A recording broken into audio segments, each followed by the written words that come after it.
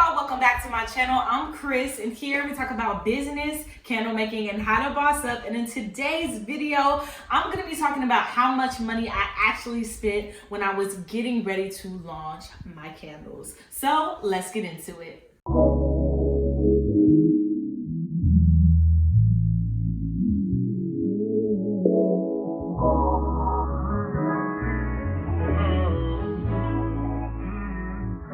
All right, I'm sure all of you are wondering if your pockets were the only pockets you saw go up in flames when you decided to start a candle business. And I'm here to tell you, your pockets were not the only pockets that burned. I'm sure my pockets were in the fire too. I spent so much money when I was launching, and a lot of that money that I spent was for trial and error, me figuring out what am I even doing? And honestly, just going through the learning process. And that is something that you can't get away from and you can't shy away from, especially when you're trying to create a bomb-ass product. I spent money on tons of fragrances.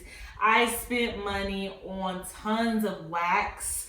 I thought I was making good candles, but I actually wasn't. And I say I thought I was making good candles because I saw that they lit on fire and I could smell them. As naive as that sounds, it's like I was like, oh, the wax melted. I put a wick in there and then I poured the wax in a jar and it was a candle.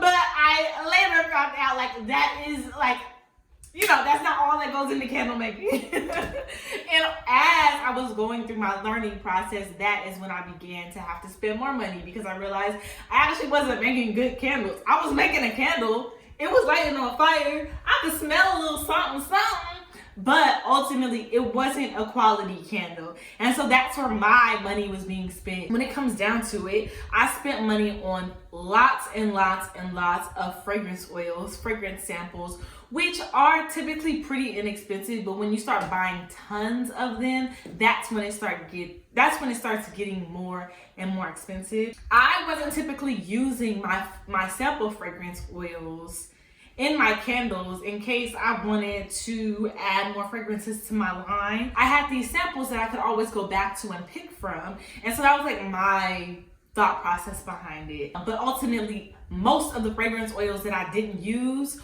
or were just samples that I bought are fragrances that I probably will never use in a candle. Because when you get fragrances, you just learn. You learn what different things smell like. You learn what different companies' fragrances are like. You just learn throughout the process. And so outside of me spending money on fragrance oils, I spent a ton of money on wax because when I was making candles and thinking that I had a good candle and realizing like, oh, actually these wicks aren't good. And when I started to learn what a good wick was, I had to start testing more. I just wasted a lot of time, wax, and money. And ultimately, I ended up adding a wax to my candles. So now I have 2 waxes. And so that's double the money and that's double the trial. And that is what I was burning in funds. And so I have my wax, I have my fragrance oils, and then I have finding the right jar. That alone, money. Just money. Like, money. And so finding the right jars, as you know, some jars come in sets, some jars come individually, and depending on what jars you go with, you just end up spending money on jars, trying to figure out what kind of company that you want to have. And I get it. We've probably all been there. And yes, there's a lot of research involved that you can do to prevent wasting your money. I, hands down, would recommend that more. But there's nothing like having the actual product in your hand. And sometimes you have to buy 12. You can't just buy 1. And that's when the costs start accumulating. But, depending on what kind of jar you're getting, you can get a basic jelly jar for like 40 cents a jar and maybe buy 12 and spend like $6.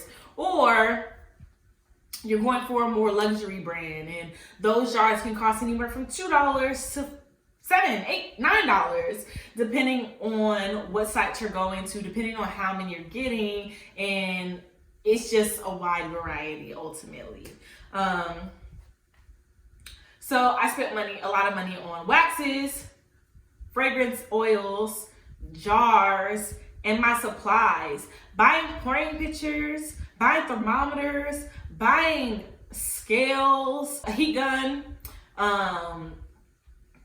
So after buying pouring pitchers, heat guns, scales, thermometers, a little apron, you don't want to mess with your clothes, little stuff like that, those costs add up. And ultimately, I ended up spending about $1,200 to even prepare for my launch. It was spent on my labels.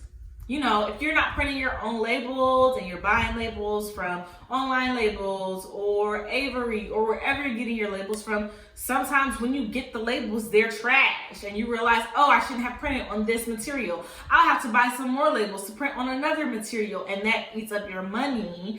And so many labels that I initially made were just trash, and I realized I didn't like my original design. I didn't like that. It just doesn't speak to me the way that I need it to speak to me.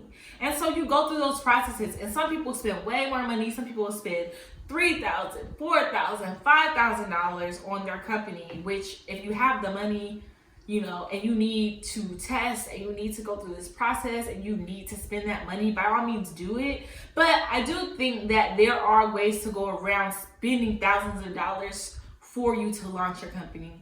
First of all, sometimes I'm a firm believer in start with what you have and let your business fund what you need. You can always rebrand, you can always change your packaging, and you can always glow up. You can.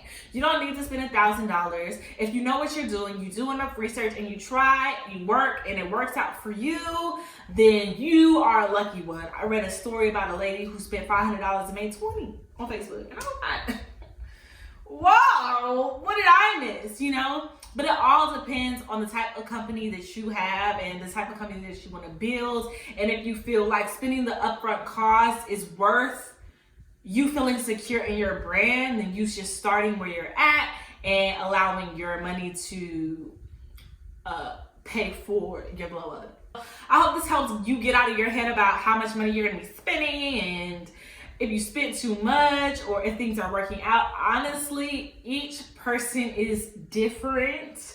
Each person is comfortable with different things, and only you know what you're going for with your brand and what type of candle company you want to create. And sometimes if you're the first of doing something, if you haven't seen this done before in the candle industry, or you're trying to try something new, sometimes that costs a little bit more money.